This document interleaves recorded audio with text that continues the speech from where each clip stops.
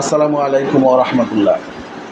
প্রিয় দেশবাসী, আজ মির্জা আব্বাস সাহেবের একটি বক্তব্য আমার দৃষ্টিগোচর হলো। উনি বলছেন যে বোরকা পরে কোনো ভোটার যাতে করে জাল ভোট দিতে না পারে, আমাদেরকে সতর্ক থাকতে হবে, পরীক্ষা করতে হবে, বোরকা পরে যেন কেউ জাল ভোট দিতে না পারে। তাহলে আপনাদের পরিকল্পনা হচ্ছে যে ভোট কেন্দ্রের আশেপাশে আপনারা থাকবেন। মুসলিম মা বোনেরা যখন ভোট দিতে আসবে, বোরকা পরিহিতা মা বোনেরা যখন ভোট দিতে আসবে, তখন তাদের বোরকা খুলে, তাদের হিজাব নিকাব খুলে আপনারা দেখবেন যে ভোটার ঠিক আছে কিনা। এটাই তো আপনাদের পরিকল্পনা, ঠিক না? তাহলে এটা যদি আপনারা করেন, তাহলে আপনারা মা বোনদের বোরকার মর্যাদা রাখবেন না, হিজাব নিকাবের মর্যাদা রাখবেন না। যেমনটিভাবে আপনারা এখনই মা বোনদের পেটে লাথি মারছেন, মা বোনদের হিজাব নিকাব টেনে খুলে ফেলছেন। আপনাদের এক নেতা ঘোষণা করেছে যে সমস্ত জামাতের মহিলারা ভোট চাইতে আসবে, তাদের পোশাক খুলে ফেলা হবে। বাজে শব্দ ব্যবহার করেছেন, যেটা আমাদের মুখ দিয়ে চায় না। আপনারা মা বোনদের সম্মান নিয়ে সিনেমিনি খেলতেছেন, মা বোনদের আঘাত করছেন। আপনারা এখনই এই অবস্থা সৃষ্টি করছেন। আর যদি নির্বাচনে জিততে পারেন, তাহলে আপনারা কি করবেন? বাংলাদেশের মানুষ এত বোকা নয়। জুলাই বিপ্লব আমাদেরকে ভাবতে শিখিয়েছে, বুঝতে শিখিয়েছে যে দেশের পরিবর্তন দরকার, বুর্জোয়া রাজনীতির পরিবর্তন দরকার।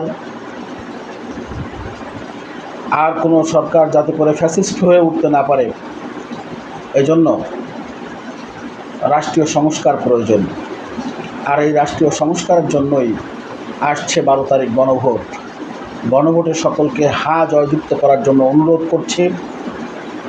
বিএনপির দম্ভকে চূর্ণ করতে হবে। নব্য ফ্যাসিস্ট বিএনপি, এরা আবারও মানুষকে নির্যাতনের চরম জাতাকলে পিষ্ট করার জন্য তারা কাজ করছে। তারা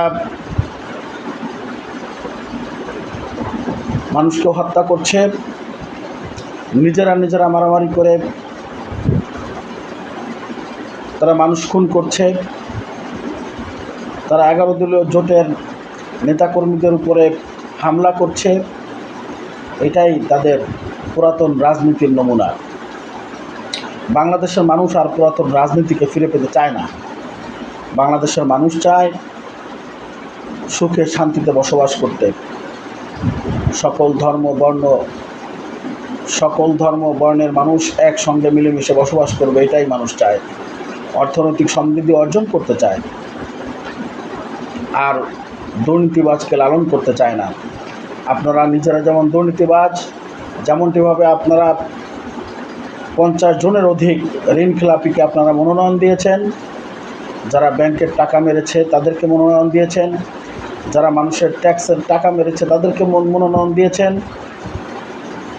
আপনারা চাঁদাবাজি করছেন, চাঁদাবাজকে লালন করছেন। এটাই আপনাদের রাজনীতি। মানুষকে ভয় দেখাচ্ছেন। আপনাদের ভয়ে বাংলার মানুষ ভীত নয়।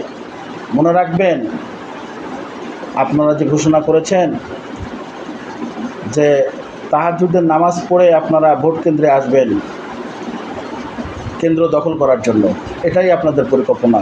বাংলার মানুষ এটা বুঝে। তো আপনাদের সাহস থাকলে আসেন কেন্দ্র দখল করার জন্য। হাসিনার 2018 সালের নির্বাচনের মতো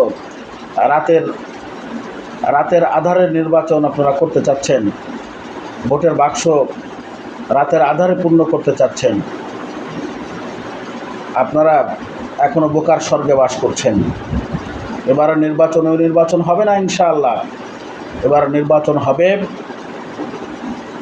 মানুষের মুক্তির নির্বাচন, দেশের সমৃদ্ধি অর্জনের জন্য নির্বাচন। অতএব আপনারা সাবধান হয়ে যান। মা বোনদের বোরকা খুলে চেক করার দায়িত্ব সরকার আপনাদেরকে দেয় নাই।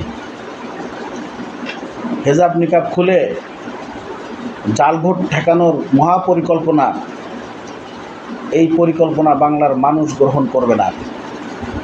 তৌহিদবাদী মুসলিম মা বোনেরা আপনাদের এই বক্তব্যকে ঘৃণা ভরে প্রত্যাখ্যান করবে।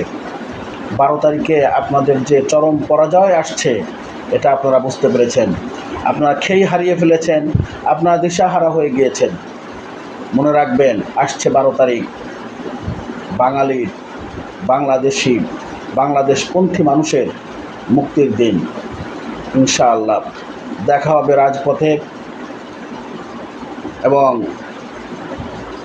ভোটের কেন্দ্রে দেখা হবে ইনশাআল্লাহ।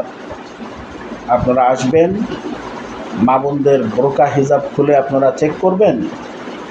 আপনাদের ওই হাত এই তৌহিদবাদী মুসলিমরা কোথায় কোথায় ঢুকিয়ে দিবে আপনারা বুঝতে পারছেন না।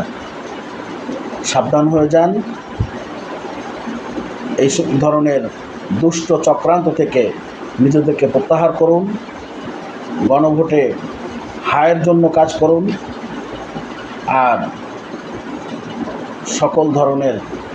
সকল অত্যাচার নির্যাতন যা শুরু করেছেন এটা থেকে নিজেদেরকে মুক্ত রাখুন।